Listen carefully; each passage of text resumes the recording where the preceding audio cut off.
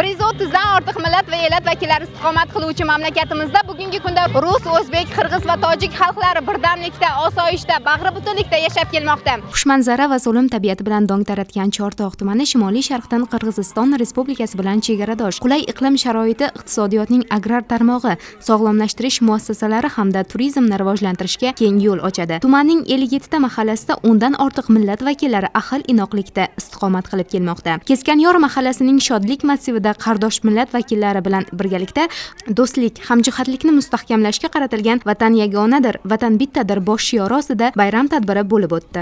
Bugun O'zbekiston umumiy uyimiz shiori ostida yurtimizda hamma mahallalarda bo'layotgan kabi juda katta bayram tantanalari o'tyapti.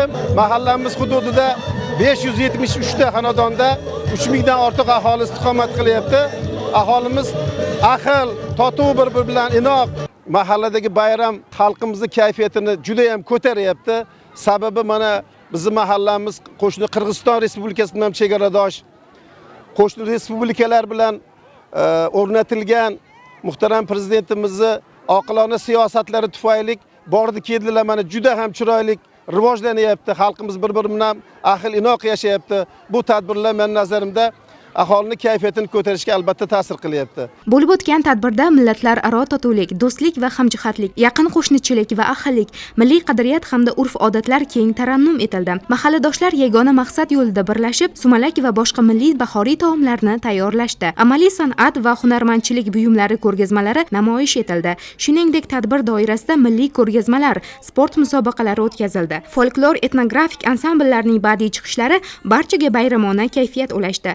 Milliy qadriyatlar, xalqona urf-odatlar tarannum etilgan bayram tadbirida nuroniy otaxon va onaxonlar duoga qo'l ochib, yurtimiz tinchligi, xalqlarimizning farovonligi uchun ezgu tilaklarni bildirishdi. Qirg'iz va o'zbek do'stligi juda qadimiy ildizlarga, tomirlarga ega. O'zbeklar va qirg'izlar azaldan bitta shaharda, bitta qishloqda do'st va birodar, xudo-xudog'ay bo'lib yashashgan.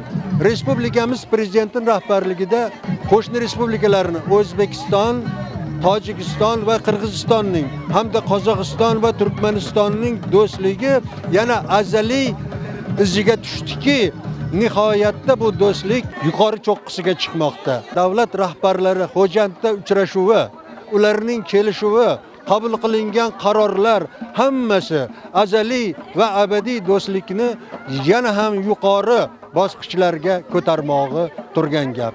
Barcha yurtdoshlarimizni, bizni ko'rib turgan Tojikistondagi, Qirg'izistondagi jondosh qo'shinlarni Navro'z bayrami bilan, Hayit ayyomi bilan tabriklayman.